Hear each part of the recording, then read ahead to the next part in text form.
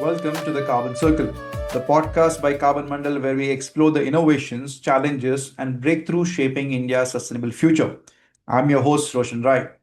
Today's episode, Bridging Industry and Sustainability, dives deep into the core challenge of India's businesses, the gap between impressive ESG reporting and meaningful on the ground transformation. With many organizations stuck in compliance mode or wrestling with complex frameworks, the risk is missing true operational impact. Joining us is Shankar Rajagopalan, a seasoned consultant with over 40 years of industrial experience. Shankar's insight will help us unpack why this reporting implementation gap exists and how business leaders, sustainability professionals, and partners can bridge it, turning frameworks into action and impact for a sustainable Bharat. Let's get started. Hello and welcome to yet another podcast with the Carbon Circle. Today we have a very prominent and an eminent guest with us, Mr. Shankar.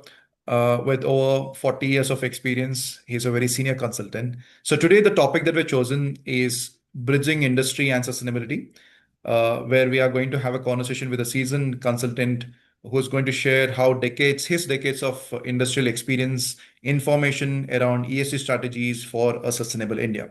So we have decided to choose around four broad subtopics to cover today. We will begin with the evolution of the sustainability in India over 4 decades of time. We will look at Shankar's personal journey.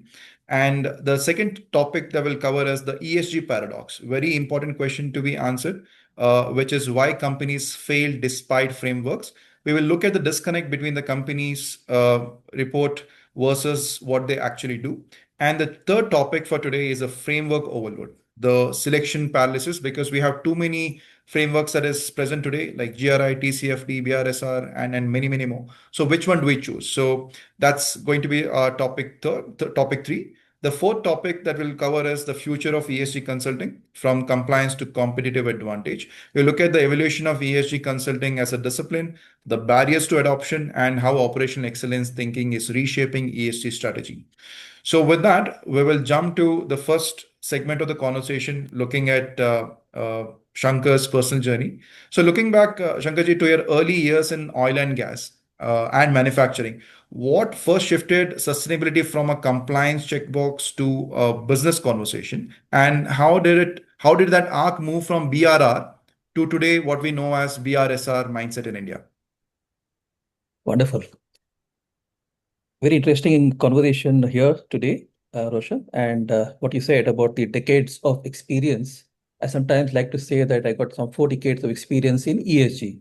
A lot of people say, like, how's that possible? ESG is a term that is less than a couple of decades old. But let me also try and give a context with my experience. Some stories sometimes help in getting our podcast listeners a context on what sustainability is all about. You're right, I began in a industry which was all manufacturing. It was a metal and mining industry. This was navally lignite a long, long time ago as an industrial engineer, straight out of my engineering school. This was in a company called Navy Lignite, a Maratha company. And while I went in to learn the tricks of manufacturing, mining, there was a spate of incidents. And one of the things that struck me was the focus that the organization had towards looking at the health and safety of people in a small way, I guess. And when I went back a couple of 20 years later, it's still a journey that hadn't really been embedded here. But I think the bottom line on ESG is a lot of the social element of the people, for care of the people. And that's what was the learning of where this came from the first exposure in industry. The second one, this was in a project I was into as part of the practice school, Aditya Birla Group company called Indian Rayons, where I did the first project that got me a President's Award for what they used to do was recycle the textile washing. And one of the things we had scoped was to look at how we can recover the chemicals that goes into the textile washing.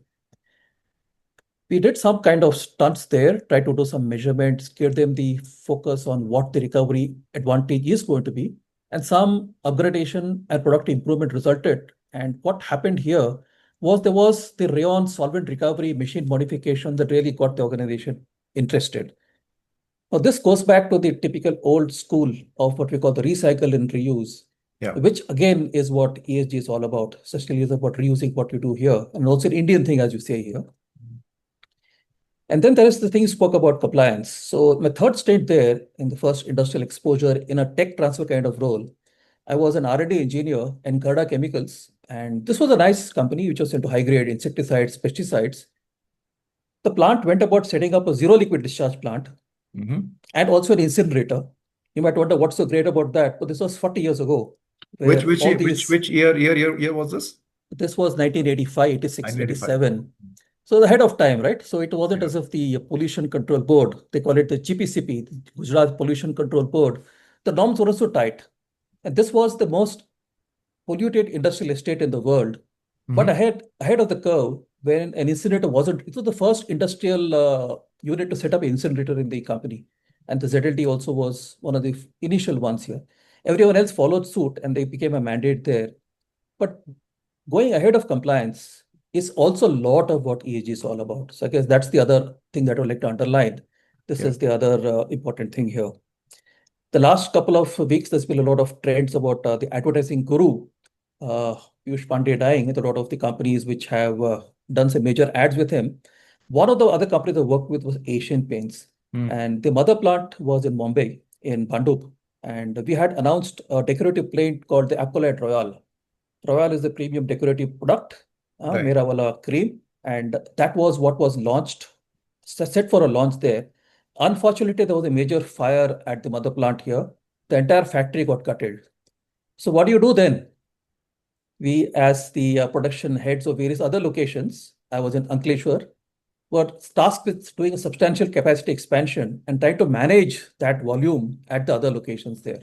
We Hmm. did some research there, went to the other plants, got in a gravimetric flow, did an expansion from something like 18,000 tons per annum to 50,000 tons per annum, and managed the entire business continuity. So managing disruptions, we met our targets, we met the Diwali production, and we did Apcola trial was in the market here, but doing it without without any disruption, business continuity. I think that defines what sustainability is all about. Anything that sustains, So that again is what I learned here. I Very was good. with BP, Roshan, and this was an interesting project there. The first Asia project of BP for a 40 megawatt wind farm. This was in one of the biggest wind farms in the world at that time, in a place called Dhule in Maharashtra. We set up these, eliminating some 70,000 tons CO2 per year, one of the first projects there. But then a thought that would come to anybody's mind is, why would a British company want to set up a project, wind, renewable in India? And Hmm. then that goes back to the reason why the entire talk about greenhouse gas emissions and the carbon climate change also comes in. Because all that's happening is because of the gases that's produced during the Industrial Revolution that largely happened in Europe. And they're Hmm. the people, and that's what they're the culprits. They're the people because of whom the entire abatement and the mandates and the sanctions had come in there. And because of that, that's the reason why they had to, perhaps in developing countries, they had to set the footprint here and try to abate their carbon footprint. So that Yeah. also goes back to explain why the entire carbon footprint and the entire climate change cycle is coming in there. So interesting journey there. And you spoke about oil and gas. So in one of the ambitious oil and gas companies, this was one of the biggest refining hubs in the West. That's the one in Jamnagar. We tried to acquire a refinery in UK. So we had an Mm. ambition of acquiring a Shell refinery in Stanlow near Chester. So we went in there as part of the due diligence team, and you expect that when you're part of that, you get a red carpet, get to see the plant, get to understand, learn a lot. Sadly, we were mistaken. We were stopped in the control room, asked a few questions, got to ask very few questions. And that again becomes the other big thought here. It's not about how good a company is to be acquired, but also it came the other way, like the reverse camera we just tried, mirroring the other way around. How good are you to acquire a shell company?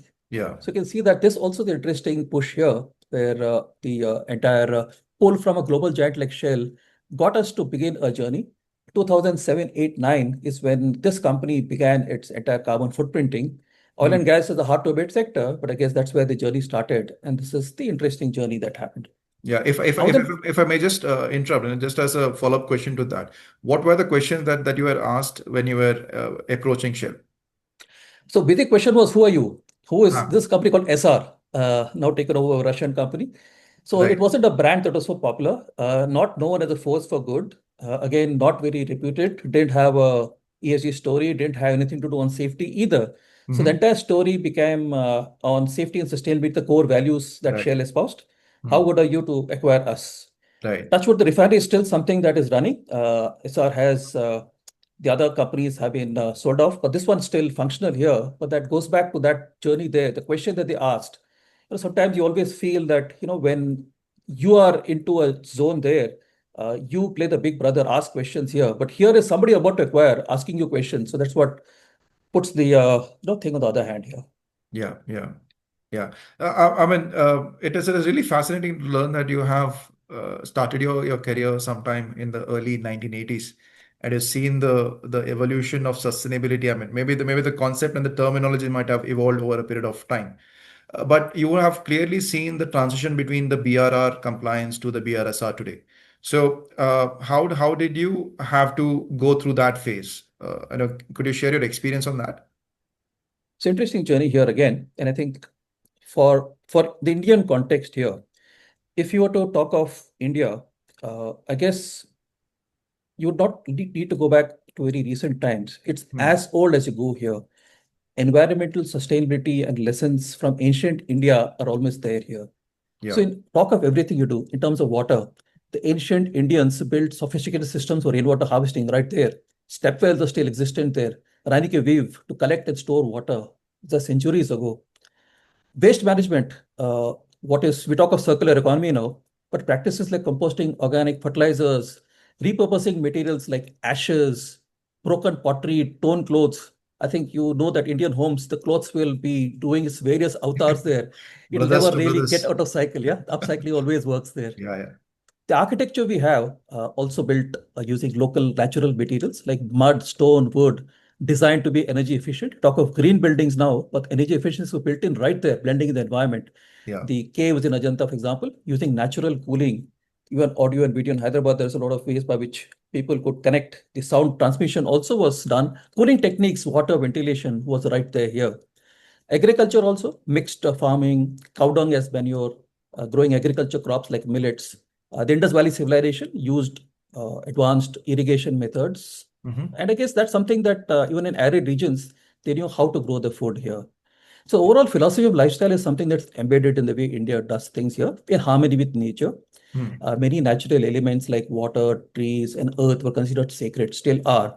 And the traditional diet also revolved around locally sourced and seasonal foods. If you follow that cycle, if you understand the reason why India did what we did, you'll understand that the minimalism and localism was part of what we did here. Emphasis on handicrafts, locally stored goods, all that all there here. If you look at the overall lexicon also here, why is things changing? And a lot of things changed, if you notice, around the Conference of Parties at Glasgow, where we took a target of going carbon net zero by 2070. Now, why did that switch happen? Because as we said, as I spoke about my experience with BP, British Petroleum, so the developed nations, they're the global north. They're the high emitters of the past with limited climate actions, and therefore the mandates push them to do things. The Yeah. global south was the developing nations, low emitters in the path. You're talking of from the Industrial Revolution, 1757 onwards. The economic prosperity was equally critical there. So that's the global south here. We notice here now that the shift now is happening since that time, where the developing nations, which are low emitters in the past, the Viksit Bharat dream that we have here, the vision that we have, where the economic prosperity is equally critical. And we are the high emitters of today. India, China, they're the guys who were not, they were the global south per se, but now they can be called in the global middle. And that's the reason why India has had to take the check. The entire sustainability landscape in India has made a big difference there. So just to kind of cap the journey there, the Ministry of Corporate Affairs began the entire guidelines in 2009. It was a voluntary guideline, of course. It was titled actually the Corporate Social Responsibility Guideline. Hmm. And as it progressed, the SEBI circular in 2012, where it mandated the top 100 companies report on the BRR, the business responsibility reporting. Right. As it progressed across time, the entire journey came with SEBI's focus on it came to be called in 2019, the National Guidelines on Responsible Business Conduct. the Mm-hmm. NGRBC, and the focus shifted as we can. And in 2000 and after the COP26, a lot of changes happened where the SEBI mandated BRSR for the top 1,000 companies. Listed companies. I'd listed companies. So Yeah. I'd done a webinar with the SEBI finance head who had actually sent out the circular there. At that point in time, maybe India didn't have clarity. SEBI even didn't have clarity on how things would pan out. Mm-hmm. It's grown over time, and overall, as it's focused there, there's been a change there. The consultation paper, there's been a lot of increase there in focus there. The teeth is kind of increasing. The first couple of reports, as listed companies did them, they bear out to be very similar as an insert for the annual report here, not different from what the expectation was. But the granularity of the BRSR is now making the companies wake up. And in one of the other stories I like to talk about, I was when I got almost superannuated, I was called in my company in India called Granules, and they had a very poor ESG rating here. And one of the things they said is, we've done nothing. We've done nothing at all. How are you getting a poor rating? But that's also the paradox. Maybe we've done Not, nothing. We've not done things, reported. but you haven't reported on them. So I guess you didn't understand that ratings picks Yeah. up information from the public domain, the SEC filings, the listings, whatever comes in. And that's how journey began here. So understanding what you're doing, talking of it, projecting it, open and transparent disclosure. And Yeah. I think people are getting the hang of it. So I think the era from the ancient history we spoke about to when in 2012 the entire journey of the BRR began, to I think after the COP26 when the entire focus came where the NGRBC kind of got in and the BRSR took view. A lot of companies now understand what to do there.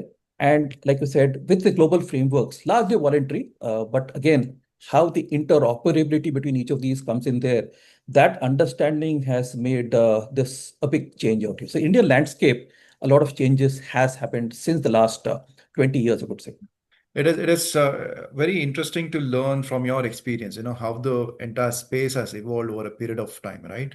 And as you rightly mentioned, the concept of sustainability might be new when we read it in textbooks, but just when we look at the history of this country, it was embedded into everyday activities, right from the water conservation, how we treat our waste, how we use our clothing. I used to, I mean, I still do get my brother's cloth, and Made after up. that it becomes a doormat, and perhaps to wash a vehicle after, until it is torn entirely, nothing is disposed of.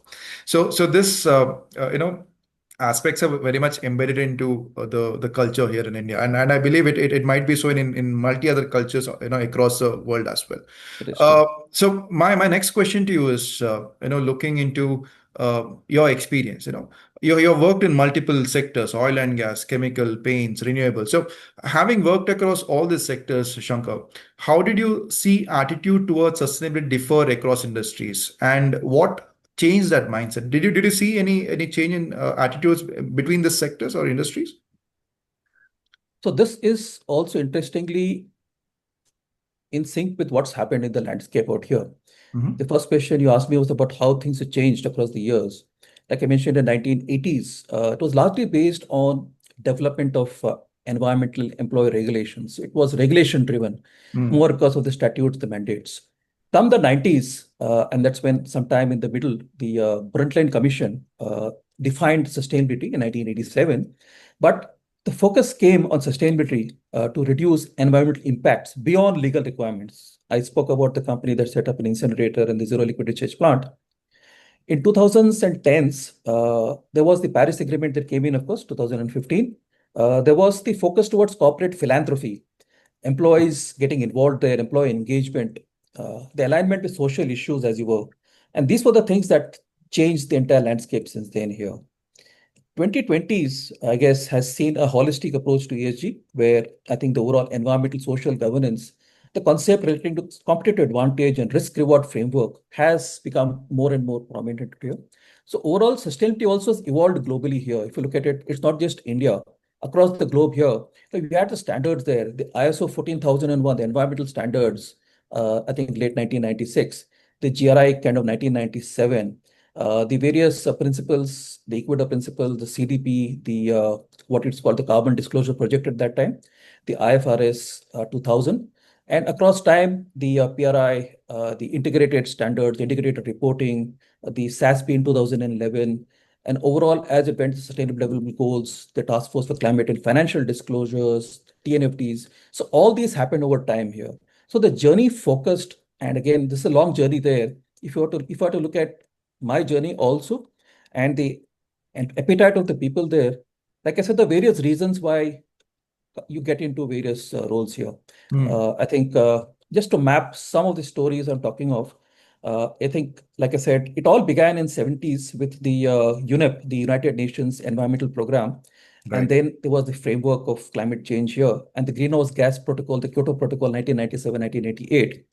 Uh, when I got into a pharma company, this was Dr. Reddy's there. This was already pretty, you could say, mature in reporting. It had reported sustainability over the last couple of decades there. So it wasn't as if it was starting afresh here. Hmm.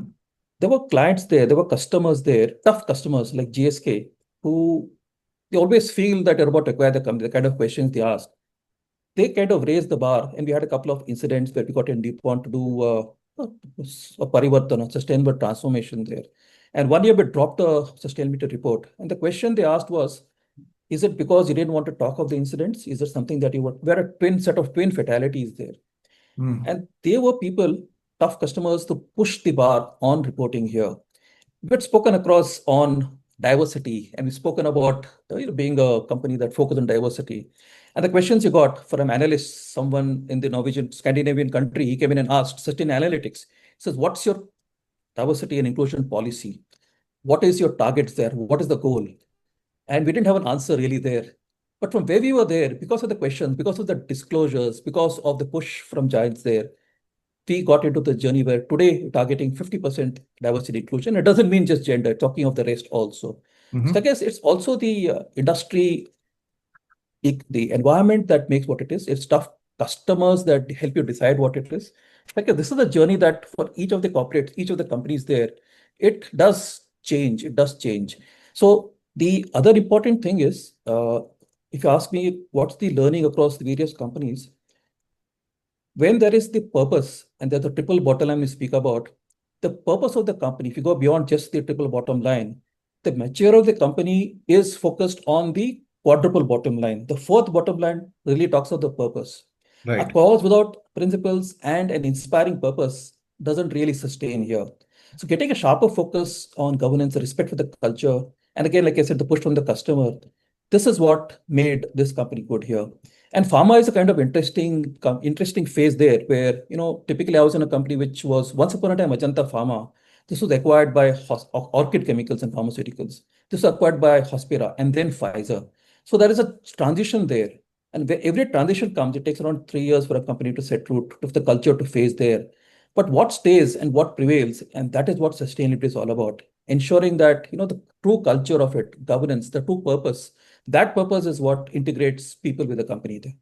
Right. I mean, it's very clear that every sector or every industry, the reason to choose sustainability in its own way must have been influenced by its stakeholders.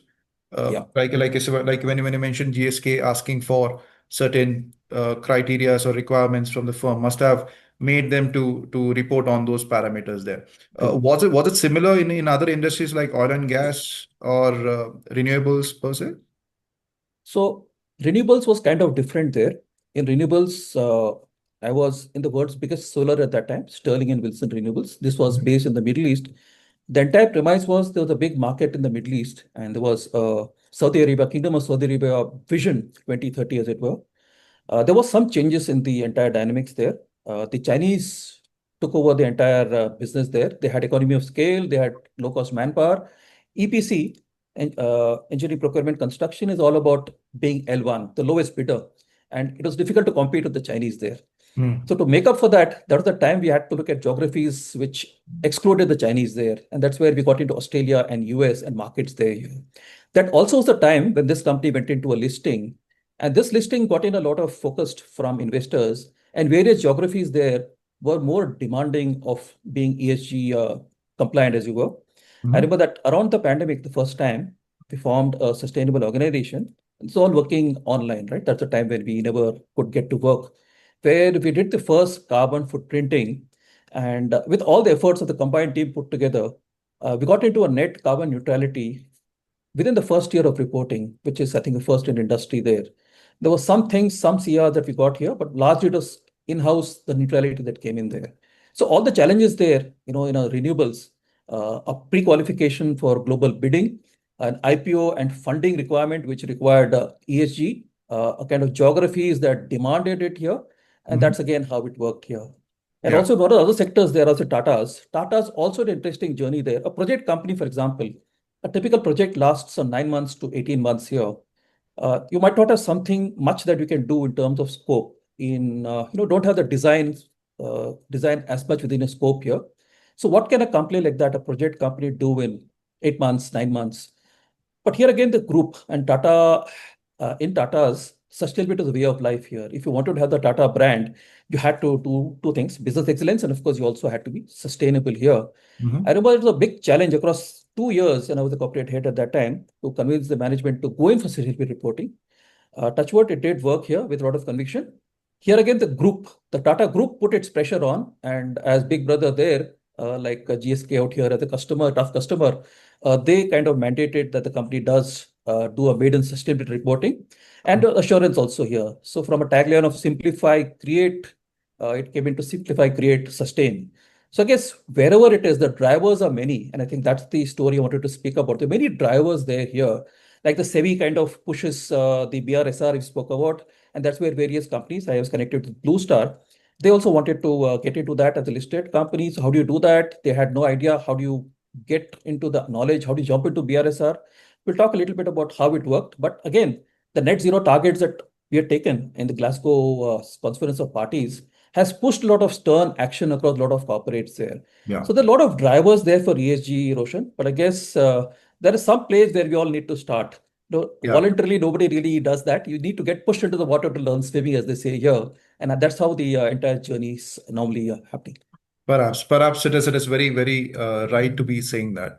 Sometimes compliance is just what drives us to kind of pick up sustainability. But if it happens through purpose, the fourth pillar, as you rightly mentioned, that would be a better place to be, right? And as you clearly stated, the drivers to take up sustainability perhaps are plenty. It could come from your parent company, it could come from your suppliers, it could come from your clients, it could come from the team within. So, whatever said and done, it is today very clear that both compliance and as well as other drivers added along is definitely pushing for sustainability. I think that's the way the world is heading towards. Also But it true. is right now you have given me a very good segue to the next topic there, because when you cover the entire evolution of the sustainability realm here in India and also globally, you made a mention of multiple ESG frameworks, right?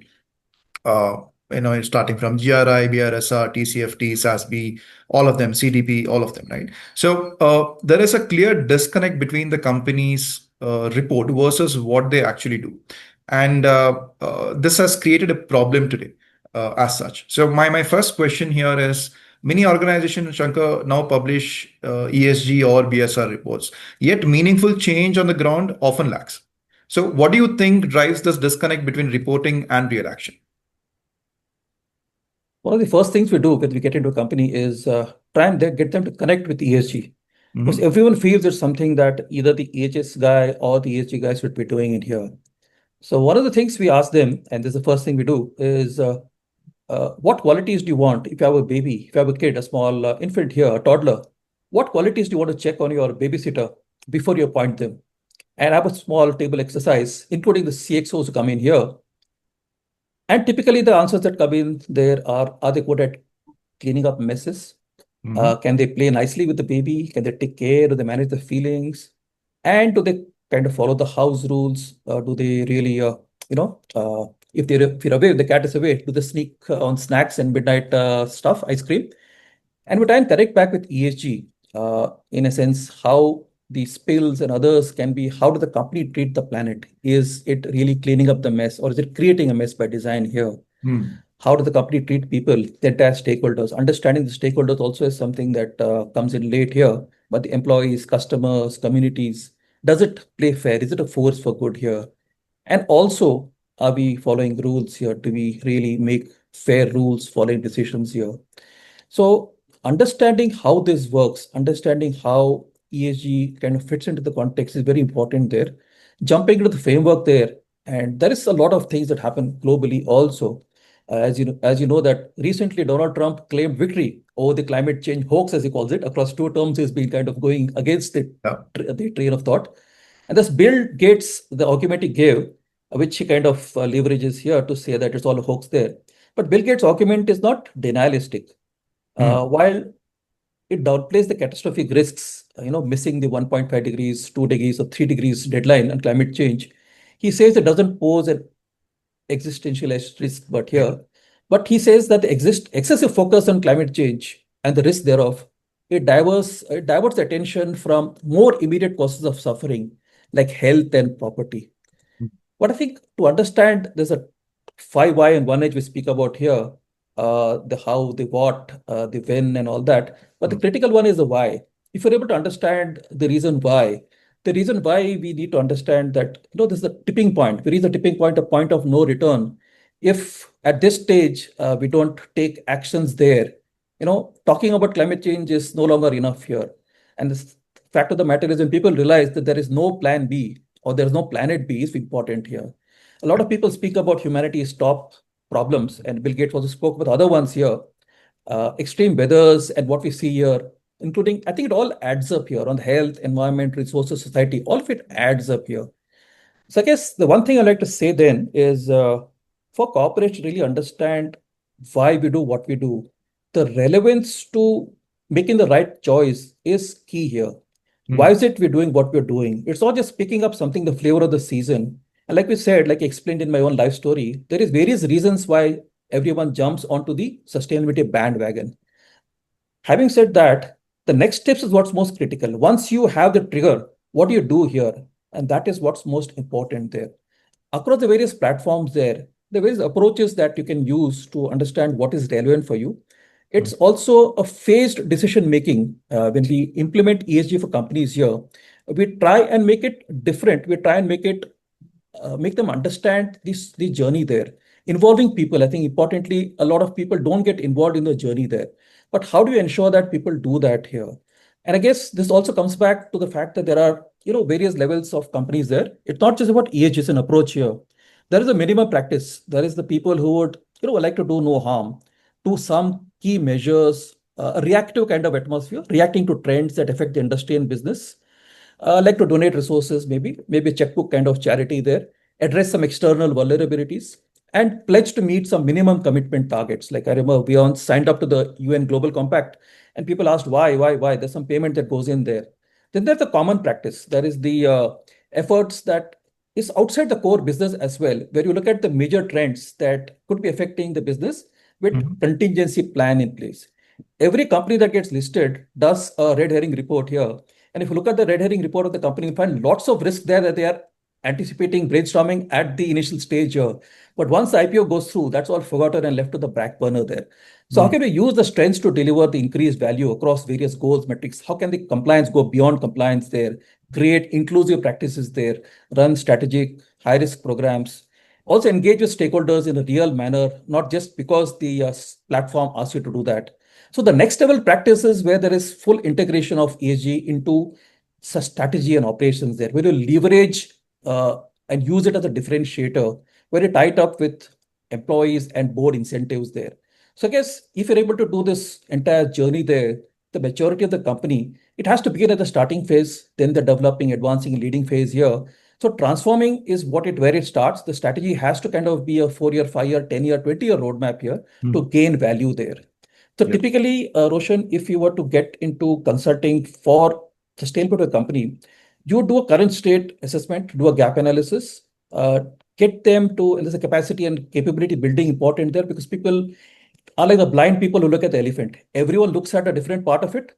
Everyone is right, but Yeah. they haven't Nobody's got the good. whole picture there. Yeah. So getting the stakeholder engagement to understand what the materiality is. Everyone looks inside out.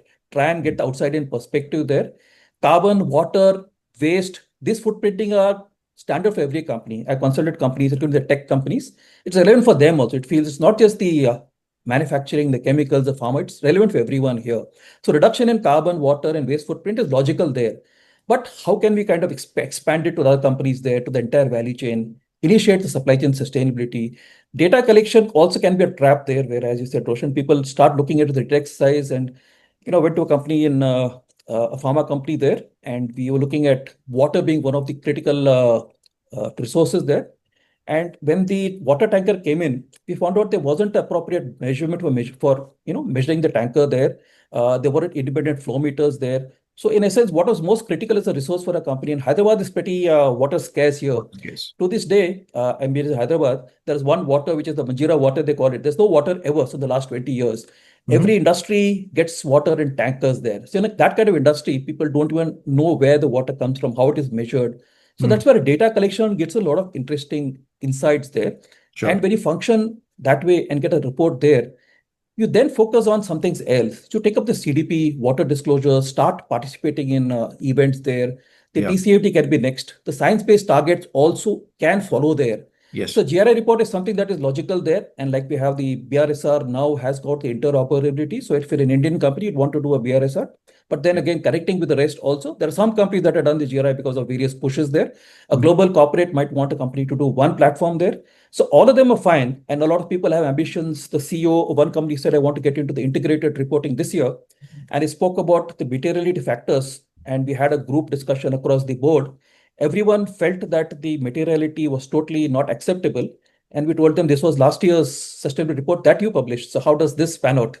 Mm. Possibly they not even read their own report here. So Yeah. understanding what it takes here, looking at, initiatives will follow. But I guess taking targets is simple, right? Getting water neutral, carbon neutral, that's again how it begins. But Right. how to identify the material topics, how to get boundaries, how to formalize, implement, how to explore, these are the very important steps out here. So again, education, capacity building, uh, if you're doing that first and building in the materiality, initially doing it well, doing it really, a lot of people, a lot of consultants just kind of do it offline there. But typically, if you have to do a session there, have a workshop there, get the feedback by the people on a face-to-face, I think Yeah. those things work well in the entire stakeholder engagement you wish. So report writing is the end outcome there. And again, a lot of people speak about, a magnificent 264-page report here. Who reads it actually? And the example given the board that I shared the critical materiality aspects there, heat map, and they said, I don't agree with you. This is all about social, which is not represented at all. This is Mm. CEO who said that. So obviously the audience, who's the audience? Would you like to publish a 24-page summary report? Yeah. Or is it a coffee table book you want that nobody reads here? So understanding who's the customer is very important there. And perhaps a lot of people defer assurance until the end, until they're very sure of the data. But I'll say the assurance also is important to be done a little earlier. So to take the first steps, also important to understand that this is critical to do it the right way. The implementation roadmap for every company is different here. But picking the right framework is also sequential progression, Roshan. Yeah, yeah. So, I mean, it's a very interesting point that you've made, by giving an analogy of a guardian taking care of a baby. The first litmus check is a guardian qualified enough to take care of the baby? So that is where competence building, perhaps, setting one as competence, I definitely believe has to be built. But two is also, the purpose part, the intent also has to be in the right place for it to work. And it is good that you also gave a realistic timeline, because when we often talk to companies, people assume to become sustainable overnight. Overnight, yeah. So the realistic timeline is long term, 15 years, 20 years. That is a kind of trajectory that the at least the top level bosses have to have in their vision of building a sustainable firm for themselves. Depending on the appetite, of course, rather than do it for you. And what's spoke with the householder is a very important thing also, Roshan, Hmm. that a householder owns, for example, I'm sitting in a home there. I might be traveling somewhere. If something goes down in the house, who's accountable? Who's responsible? A plumber comes in to address a leak. He just might hear. Hmm. That might be the next bill that comes in. But who's accountable there? So there is the thing of accountability. Who does what it is? There are a lot Right. of people who maybe do the data collection here. Data collection is one, but also they call it the RASI, the responsibility, accountability. So that's also very important to fix the accountability of who owns it, who owns the buck. And typically in a company that I was in, like Dr. Reddy's, the CEO was the brand ambassador of sustainability here. And Right. that's where that worked well because he wore it like his, it was on his, he wore it like his, like on his sleeve there always here. And Yeah. that's where the entire journey kind of came in. So accountability, fixing it, who's the accountable person in terms of water, energy waste, who the accountable people? And largely also this has to be line managers, functional heads, business heads, CEOs, CXOs. They're the people who own each of these out here. Yeah, yeah, that's a good suggestion that you rightly made. The ownership, taking up ownership. I think if that is set right at the start of the project itself, perhaps down the line, it would be easier to take accountability for each of the actions that is taken henceforth. So, I mean, from the answer that you just gave me, there are a lot of aspects that you covered which can be taken as best practices to begin this very exercise, right? But if a company could only fix one thing in the next 12 months to close the, I mean, what they say and do, right? The gap that exists, what it should be, and how would you measure the progress to prove business value along the ESG outcomes? So that's a nice trigger there. The one thing, I think the one thing that you do, if you do well, the other things kind of fade. And I guess the reason why that we spoke about here, why ESG, and I think as a tool for decision making, and we Mm, spoke about the type scale for implementations, be it a short term, medium term, long term, 3 years. You make a 2 year roadmap, for example, and then a consultant would not want to think beyond that. But a short term financial focus is a flawed view. That's what it is. You got to stop maximizing profit and start maximizing value, is what is the talk here. And typically, when you look at things here, we speak about wealth and happiness. The countries that are high on the happiness score and also high on the wealth score here, there's interesting learning there here. So, what is it that makes ESG click? What is the one thing you do to make ESG happen here? So, just to kind of give our listeners a feedback on what ESG really could be done differently here. This is what I typically tell people here. This is the triple bottom line. They call it the governance of the financial, the social, and the environmental here. The financial largely has a focus on the revenue growth, the productivity, the profit margin, the return on investment, capital costs, managing risk as you were. If it's a listed company, the valuation of the enterprise and the appeal to the investors here. This is what they call the economic prosperity. Profits, they say, is a dirty word, but profits is the reason why we are in business. In the Tata Group, a lot of companies did good stuff there, got good ratings there, but they didn't make profits. Doesn't help, right? You got ultimately the economic performance has to be the key factor there. And this traditionally is what is measured in the annual reports, quarter say quarter, that is what happens out here. The mm, social dimension focuses on the community. You can't do a business harming people, killing people. The social impact, also fair competition. We spoke about diversity, equity, inclusion, education, recognition. This is the social equity and the social performance there. And then there is the environmental. Environmental also, I would say, is a word that typically goes back to the people who, kind of use it in a different way here. I would say it's largely operational. They call it environmental stewardship. But you speak about these, this are the operational parameters. What do you measure in an environmental? The energy, water, materials that you use, emissions, waste, the supply chain sustainability, design efficiencies, new product service opportunities, life system impacts. These are the ones you speak of here. This is the environmental performance there, which you normally measure, but these are the operational aspects of each of these here.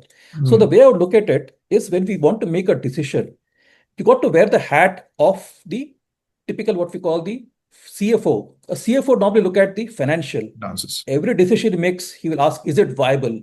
कितना देती है? What is the return on investment? And Mm, that is typically what they call the profits. And that is right here. That's the ultimate bottom line, would say. But as my CEO in the other boardroom said, biggest focus is on the social, of the people. If you don't take the people along, what is it going to gain? Who will stick with you? Who will be there here? So this is what we call the equitable performance there. The decision has to be equitable. So the CHRO typically look at a decision and look at it from the people focus, the people focus on the community. You're setting up a new industry somewhere. We're in Bangalore the last week. What's the impact of the community there? That will be the first question there. If there's a rebellion, if there is a protest, as it happens in a lot of industries, you won't have a chance. There's no viability at all. It's out of question there. So it's got to yeah. be equitable here. And the COO, the Chief Operating Officer, would need to look at the environmental performance, operational parameters there. Is the decision bearable on the planet? If there is a water sparse area like you spoke about here in Hyderabad, or an area where it's difficult to kind of, or the emissions there, there's a conference of parties in Hyderabad some years back in 2012, and they had to stop the entire event because a lot of pollution from an industrial estate, a red zone called Bolor up there. So again, you got to look at all of that parameters. But for One thing that needs to do, and if you're the one thing that you ask me, what is it will define a company's strategy and use this as a tool for decision making, every employee in the company has got to think like a CEO. He's Hmm. got to look at, is the decision viable? Is it equitable? And is it bearable? Only then can be sustainable here. So overall, if you look at it, the typical paradox, and we spoke about why companies fail despite frameworks there. What's the disconnect? And you also asked about a tick in the box kind of thing. So how can leadership really reframe it with the two performance tools, but try to use this as a tool for decision making? So typically, the addition of the social and environment to the traditional economic is what is being embraced by companies there, and that's why they call it the profits, people, and profits, People and planet, and people here. But also, what's the purpose is very important there, and how do you ensure that you manage risks and embrace opportunities through optimizing ESG? And this is done by making decisions using this as a litmus test, as I said here. If you're yeah. able to do this without compromising, I know this is every test you got to do is a decision has to be sustainable, pass through all these three saves to be equitable, bearable, and viable. So everyone's got to think like a CEO. If companies start adopting this as the framework for decision making, I think that is the long and short of ESG. Yeah. So the first step, if I can summarize you, right? So the first step is aligning the entire team. I mean, when I say the entire team, the entire value chain, perhaps, on this very aspect of ESG, where you wear a hat of a CEO, CHR, all those parameters that we consider, and from there on, would it be fair to move to the materiality assessment then to understand which are Absolutely. the different parameters to kind of report on? Would it be a Absolutely. yeah, okay. So I think the prepared leadership, as you said, to articulate what you said, the prepared leadership is the fourth bottom line. Hmm. It undergirds everything else that you think as you Yeah, do as a leader. So it's yeah. everybody contributes, right? It's something that you got to impact every person there. I remember Shankar, once upon a if you were to make a suggestion to an organization on how this first step can be taken, would it be through workshops? Would it be through how would you engage with the entire team? I think normally a lot of people, if you have a workshop there, people would depute the right people. The right people would absolutely not be the right ones. Yeah. So to get the leadership involved, and I think it always begins with the top gun there, the CEO, the CXOs. That's where it begins here. Hmm. Unless, and I guess that is what drives the entire organizational sustainability there. If it is not got the sponsor right, if it's not got the global ambassador of sustainability right, Yeah. that won't work there. And also the connect with the purpose, the why. If it's articulated well, he understands it well, the CXOs understand, they connect with it. Typically, a finance guy would not get involved, although he might be in the kind of one of his people might be doing the sustainability reports. He doesn't get involved normally there, the CFO. So that's where I think his getting the ownership there, that is the important. The Rasi, I think, if you define it well, each of, and I think I spoke about how we did carbon footprint and carbon neutrality in the pandemic year. We got all the business heads accountable for their own elements. Each of the elements was mapped well. So I Hmm. think along with the profits, people, planet, the purpose, and the prepared leadership is very important there. He spoke about the quadruple bottom line, how people can understand, connect with it. And I think that is the basic starting point there. If you don't start there, and it happens when you have people who want to do something there, various reasons there, but unless people get involved there, engaged there, there's the one thing that requires total stakeholder engagement. Everyone needs to get involved there, from the top brass, starting with the top brass and coming down to the last Yeah. contractor in the field. The trickle down. Yeah, Yeah. So I mean, one of the key barriers even I face when engaging with companies is everybody is made to think within the certain framework, right? If he's a CFO, it's there are only certain parameters he or she thinks about, and there is a barrier that a very natural one I feel because they're since they're used to thinking in a certain from a certain POV for so many years, a shift in that POV needs to happen, and that can only happen through engagement, maybe through workshops, perhaps is one way of doing it, or maybe by engaging in some team activities, team exercises outside the company premises where they can all be bought on the same page, right? very true. Great, great. So Shankar, thank you so much for answering my questions in the second topic of the ESG paradox. I think the paradox is going to exist for a certain period of time.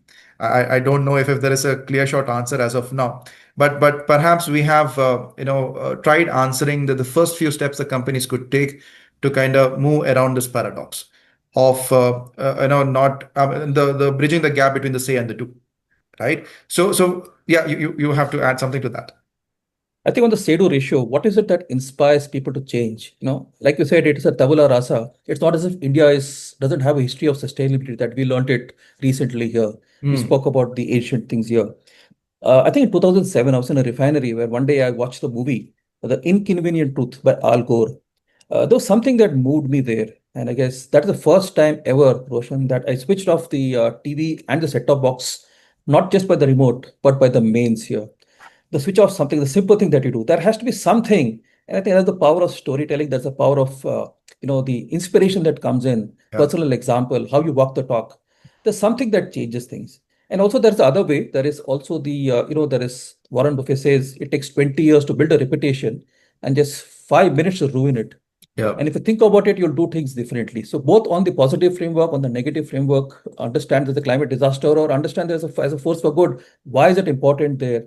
I think that's the important journey that we need to understand. There has to be the tipping point and the examples we gave, the stories that we speak, they are the ones that are the game changers. That's what makes people change.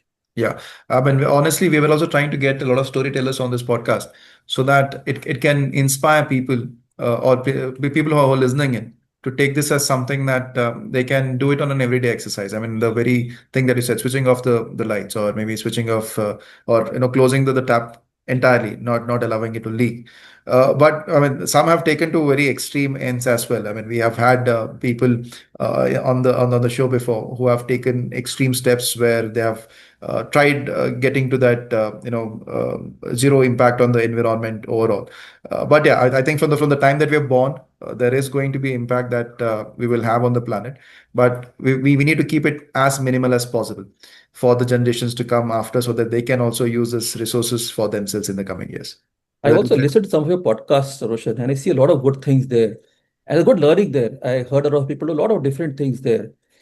Perhaps with the voice in the wilderness, how does it catch on? How does the excitement catch on? And I think that also is the other important thing you need to do. How does it how does it spread? A good correct? story is one, but how does this all happen? How does this go across you? That's also very important there. Yeah, the distribution of it. Great, great. True. All right, so we'll move to the third topic for today, which is the framework overload and the selection paralysis, right? Yeah. As we already touched upon that point, different frameworks today globally available, some nationally mandated, some globally preferred. So there are a lot of them. If I have to name a few, GRI, BRSR, SASP, TCFD. So multiple competing frameworks, regulatory overlap, and Hmm. complexity for multi-sector organizations. The practical guide to navigating the framework jungle. This is what we are going to cover in this very topic or segment. So my first question here, Shankar, is for a company operating across multiple geographies, what should it decide which framework or frameworks to prioritize without duplicating effort? So typically, when you do get this journey started, a lot of companies come in with something. Uh, Earlier, the GRI would be the most popular framework, but for a company to understand what it all is, so that is the global goals. That was the Millennium Development Goals, the MDGs that got transformed into the SDGs, Sustainable Development Goals. There's the principles of responsible investment. There's a greenhouse gas protocol that kind of helps in carbon footprinting. The Paris Climate Agreement. These are all global goals there. Then Hmm. there are reporting frameworks, and then there are regulations.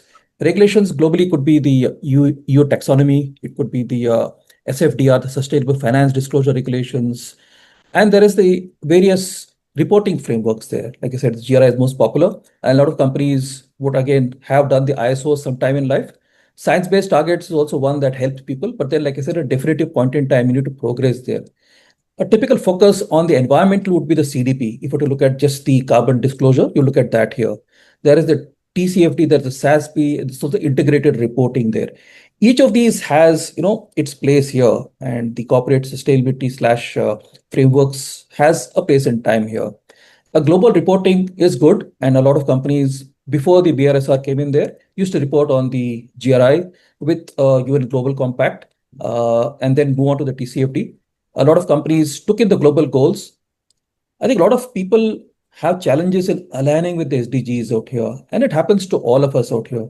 As example, there in one of the companies there, we had this thing called biodiversity, and we spoke about this and so what do we do about it?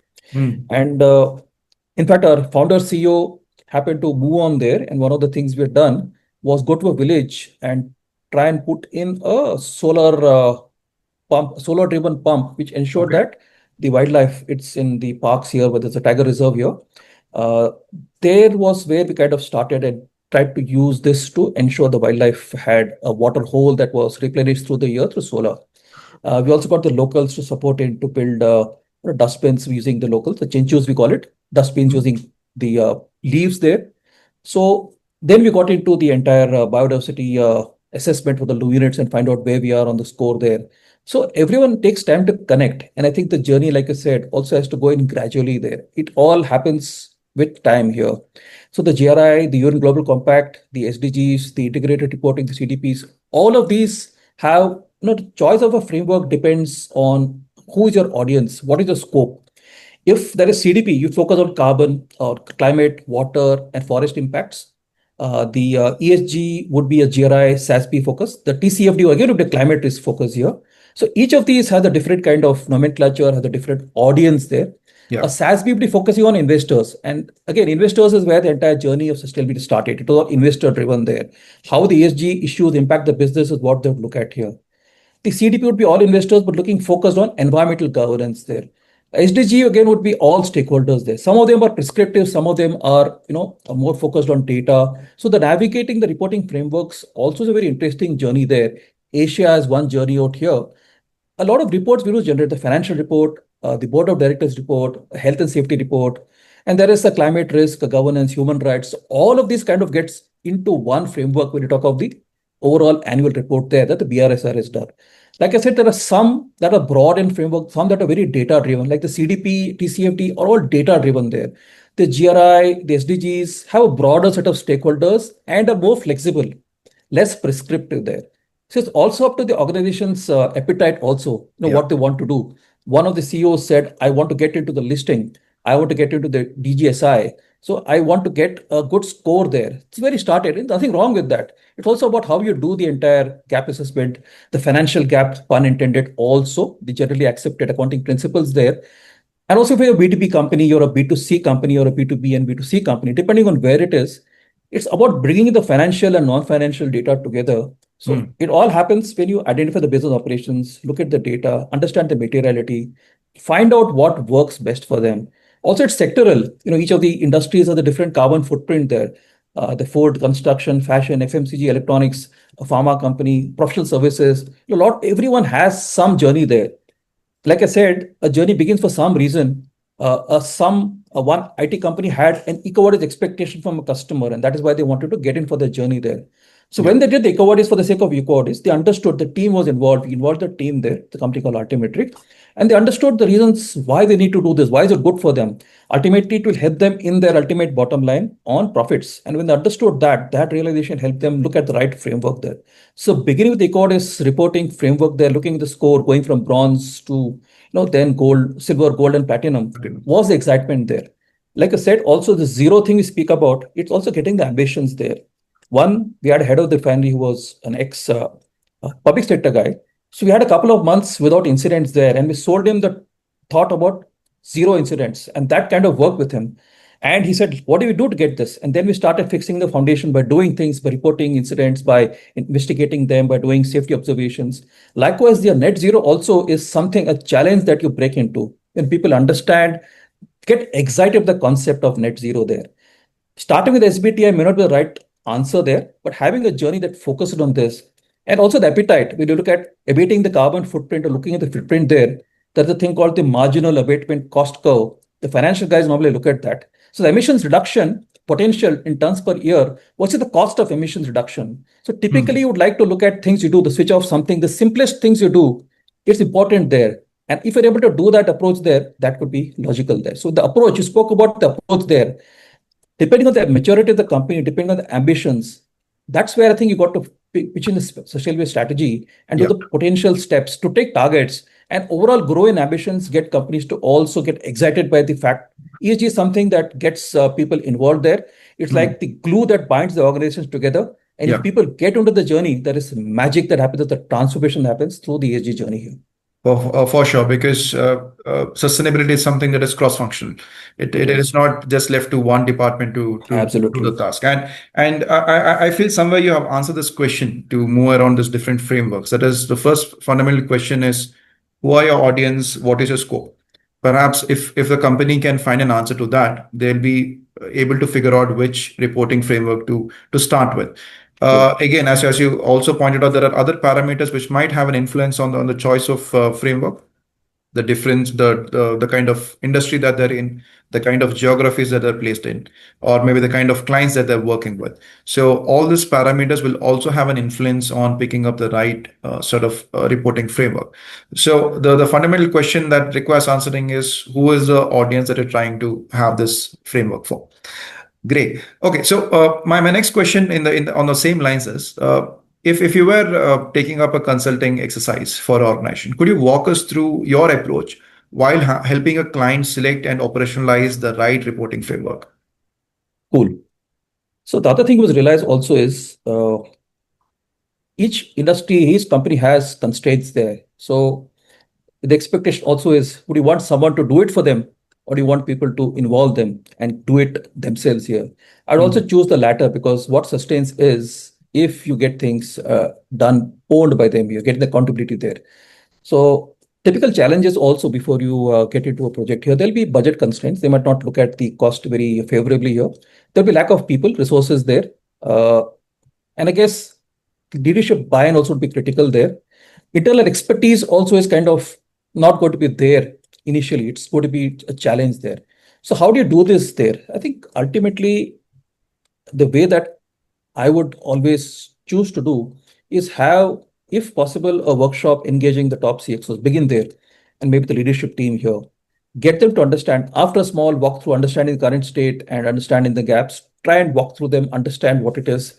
And in that entire session, try and do a mini materiality to understand what is top of the mind, their priorities they're looking up. And in Mm. the meantime, have done a homework there, have a look at the key stakeholders, get to understand their expectations there. So that would be the first steps there. So if you were to do that well, people understand the what of sustainability, and then you kind of talk of the why. That also will be one other way there, how you get to do that here. So, like I said here, the first step typically would be to identify the material topics. And that is where I think also there are some companies that have got global bases there. What's the boundaries? Where do you want to do? How do you do that well is important there. So there is a lot of things that people do, and I think it's also important to connect. So if there is typical, a lot of companies are ISO compliant there. They've got the ISO standards there. The ISO speaks about the plan, do, check, act. A lot of companies are into the excellence framework, various quality frameworks that looks at the approach, the deployment, the refining, assessment, learning, integration. So this also is something that is to connect with all of that, because there are various initiatives the companies do. This also has to tie in with that here. So when you speak about the interested parties in the typical quality management systems, how do you connect that with the stakeholders there? I think there's something, there's a parallel there. When people understand the connect, because very frankly, there is a lot of initiatives that people do here. And if sustainability kind of comes in as another initiative, you won't get either the leadership buy-in, and there is a lot of sort of people who will be doing the same things, different data points for different people here. And if you have a GRI kind of data set of report wanted, it will be a colossal task for them also. Yeah. Again, the fact is there's also a need for a platform. We'll speak about that later. But how do you formalize? How do you implement? How do you align the people? How you set up a sustainability organization there? Getting the entire organization, like you said correctly, it's everyone who gets involved there here. So developing a strategy is integrated with the business strategy. How does this deliver value? I think the value that the industry gains is what is the typical third step there. Once you identify materiality, develop the strategy that is in sync with the business. Unless you do that, it's got to be useful for everyone here. It's something that cannot be set aside here. Yeah. The RASI is also very critical to make things functional here and sustain here. The RASI is very critically, the first thing you do is define the accountabilities. And unless the accountable people take charge, unless they take ownership, you won't step into that kind of company there. So there's also the regulatory framework there. That's the backdrop of it, where the frameworks work. What is the compliances relevant for each industry?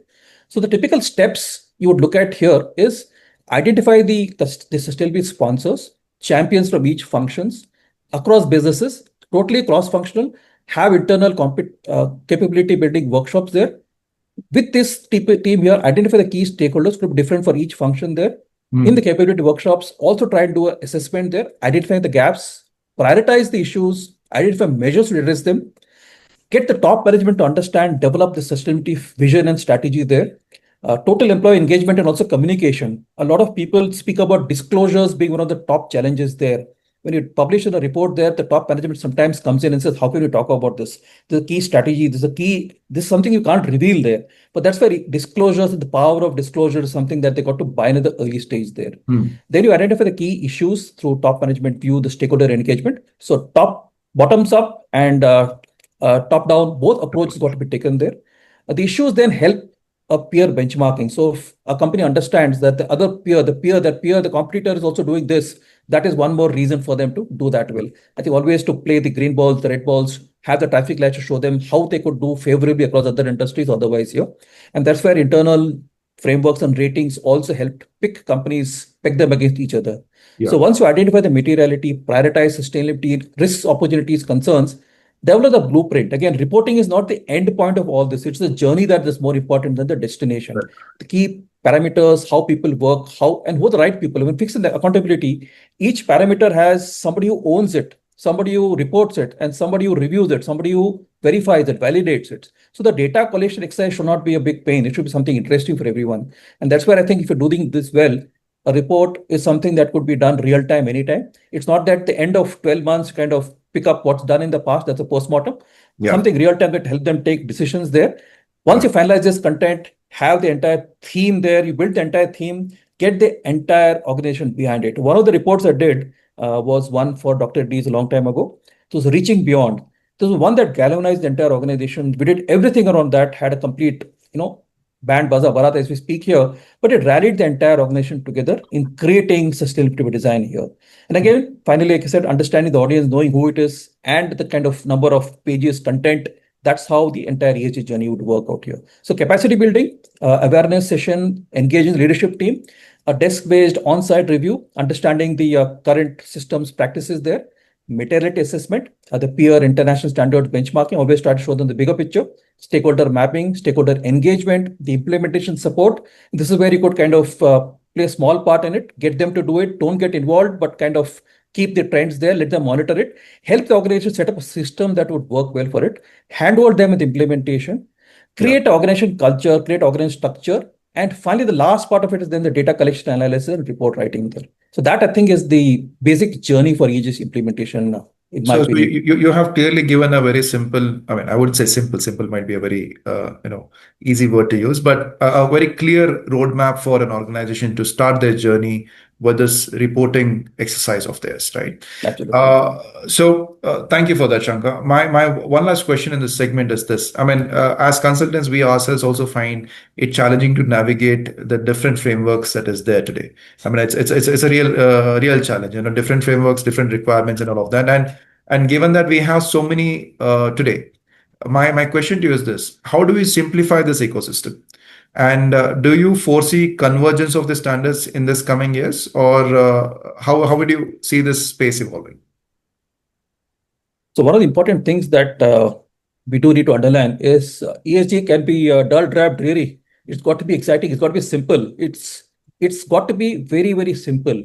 People have to connect with it, and each person are different connect with it, but that's as simple as that. Like I said, for one person there, it could be a green Ganesha that you do immersion of, or a Durga, but it's very important to connect, and I think that's the important thing here. Yeah. And like I said, a typical client might come in with a make my report and help me run a better business, but that's where you're able to understand expectations and raise the bar there. And I guess the question you asked is, there's important thing also about data analytics that's important there, because like I said, you can't have a report that comes in after a year. It comes in after a year and a half. There's nothing much you can do about it. It's got to be proactive. It's got to be predictive. It's got to help there. So I Right. guess the important thing is looking ahead. And I think there's also this generational shift in choices there as you go across companies, all sectors there. There is the generation Alpha, there is the Zoomers, generation Gen Z, as you call it, the millennials, the generation X, the baby boomers, and the silent generation. All of them kind of need to be looking at this. And that's why when you look at materiality and cross functional stakeholders, you got to be addressing this from both perspectives there. And you look at one is the climate change impact on the company and also the company's impact on climate change out here. So I think the question you asked is if you were to look through the crystal ball and understand what could change there. And I think in India, I think the BRSR core is something that's come up. It's facilitating global comparability. It looks at the intensity ratio based on revenue adjusted for purchasing power parity. And the refinements help it make a more comprehensive evaluation of sustainability performance, considering both the regional dynamics and the international benchmarks. Both of these are included there. But got to map the entire thing to global frameworks is one. But typically, it's also important to begin bottoms up. Like you said, the simple things that you do. Each of us has a carbon footprint. How do you ensure that is leveraged there? Each of the people there, I think the mindset of people here in terms of what you do, even people would invest in a flat there, in a building there. How would they take the decision there? Again, about decision and choices there. How do people think of the right choices there? I think the green company looks at how you can build a company that looks at all the parameters there. The future also is very interestingly poised there. A lot of standards there. There's a lot of rating that's coming in also.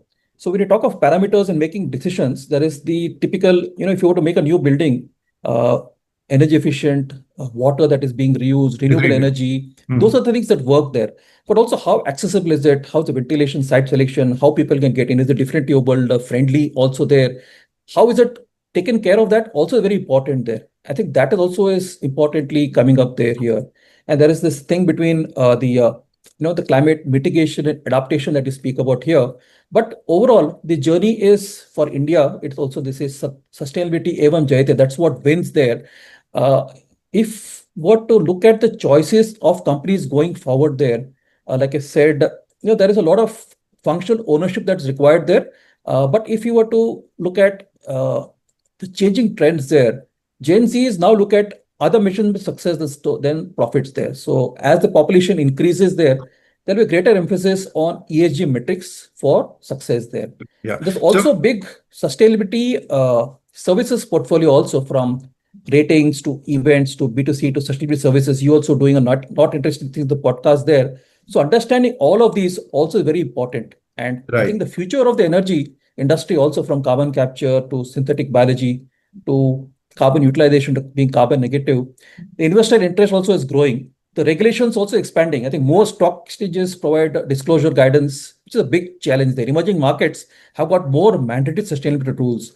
The standards are getting harmonized there. And the new standards there, the IFRS and the European sustainability standards also are going. So the entire framework is moving. A big shift is happening. So Yeah. climate risk becoming more of a business risk is what is coming through. So I think if you look at the crystal gaze here, the standards should kind of the conference should help us get into a bit better frame there.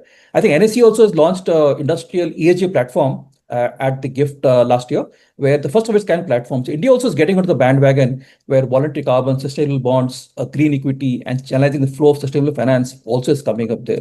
Yeah. So the ESG framework, the universe looks pretty interesting. I can say that looking forward the next 15, 20 years, I think the net carbon neutrality journey also is one. Whether it'll go the right way or people just stick in the box is a greenwashing is one challenge we always face with. But there is an interesting journey that is in store for all of us. Yeah, I mean, it's for me as a practitioner.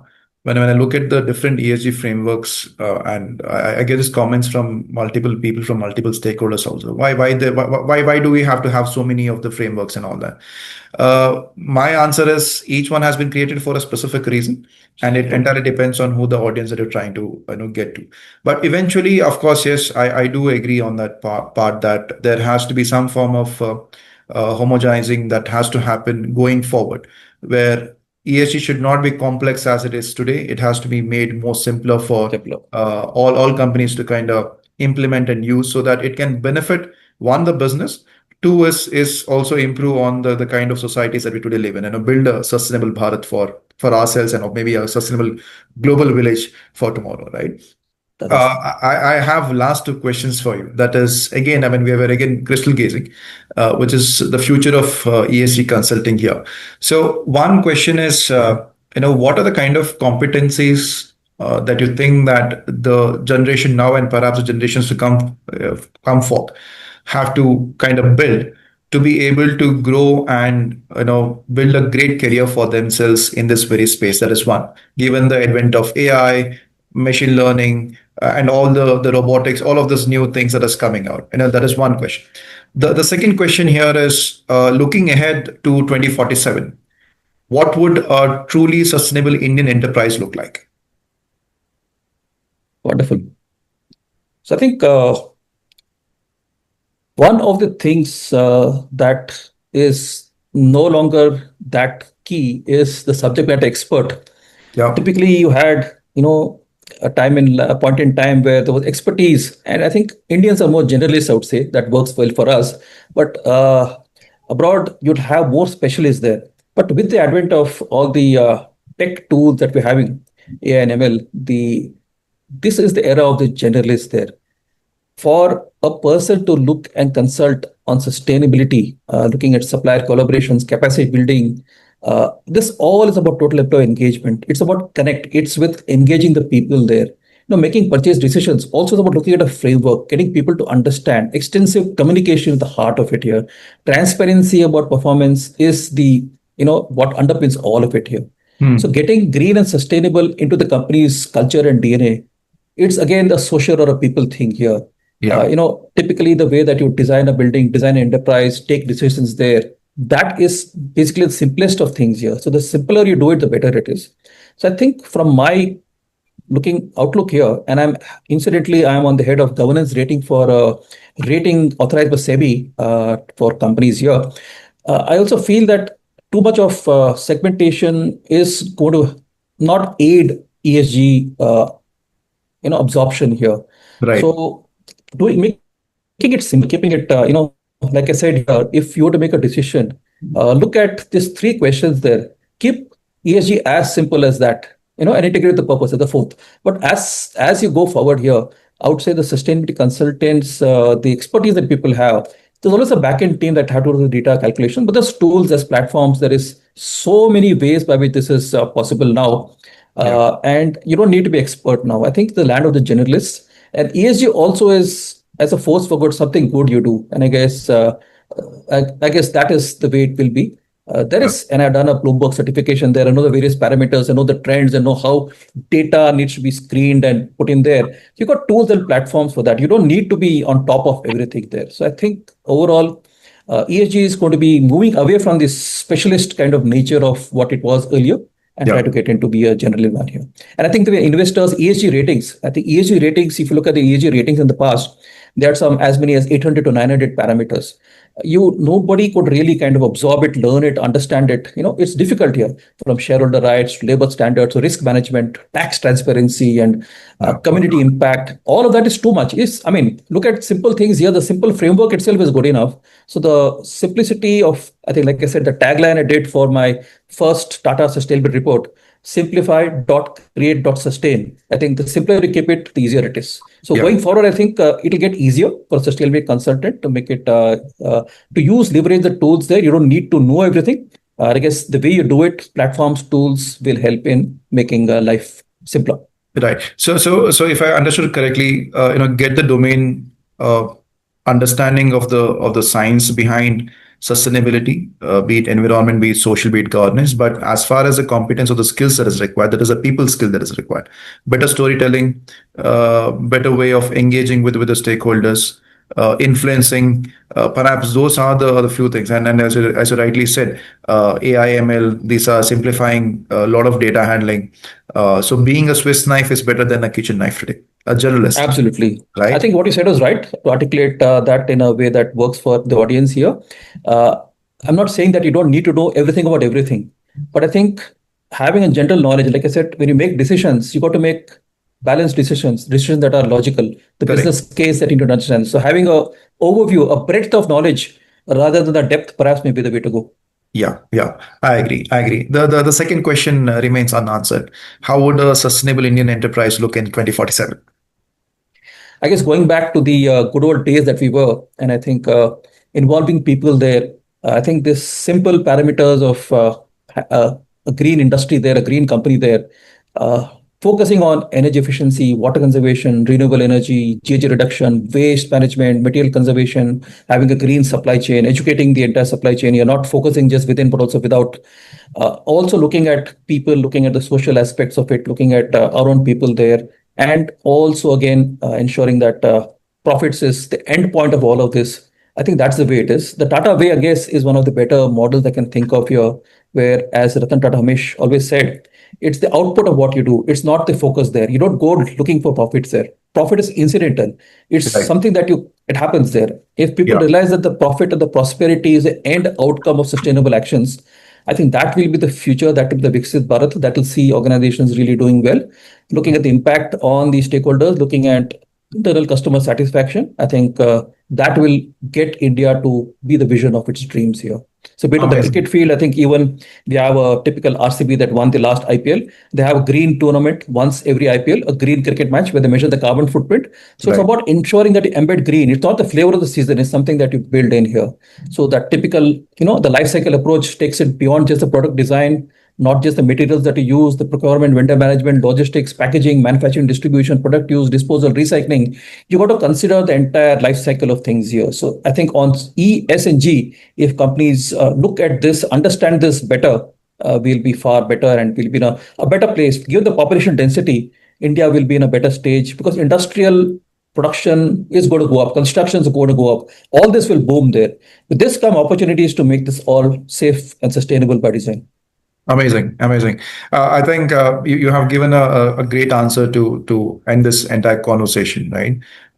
For a listener, it might seem overwhelming, but just as a reminder, 2047 is just 22 years away. So it is a realistic timeline to meet that very vision of a sustainable enterprise by the year 2047. So, Shankar, thank you so much for patiently answering my questions for the last. I think I've been engaging with you for the last 2 hours now. I didn't realize it has been 2 hours now. So finally, I would like to give a shout out to you as well as for this very platform that you're trying to build, the Carbon Circle. So for those of you who would like to engage with Shankar or get in touch with him, he's available on LinkedIn. We will drop his LinkedIn link on the chat section, or sorry, in the description. And Carbon Bundle, we are available on www.carbonbundle.com. So you could definitely reach out to us in there. So Shankar, thank you so much. We can call it a wrap. How did you find this entire conversation? You have any Wonderful. feedback or rather improvement suggestions for me? I think very well thought of questions, very well structured. I think the entire three sets that you did back to back was rapid fire, but very interesting. Looking forward to powering a sustainable future together. As I said, sustainability evam jayate. Oh, awesome. That's a good note to end this with.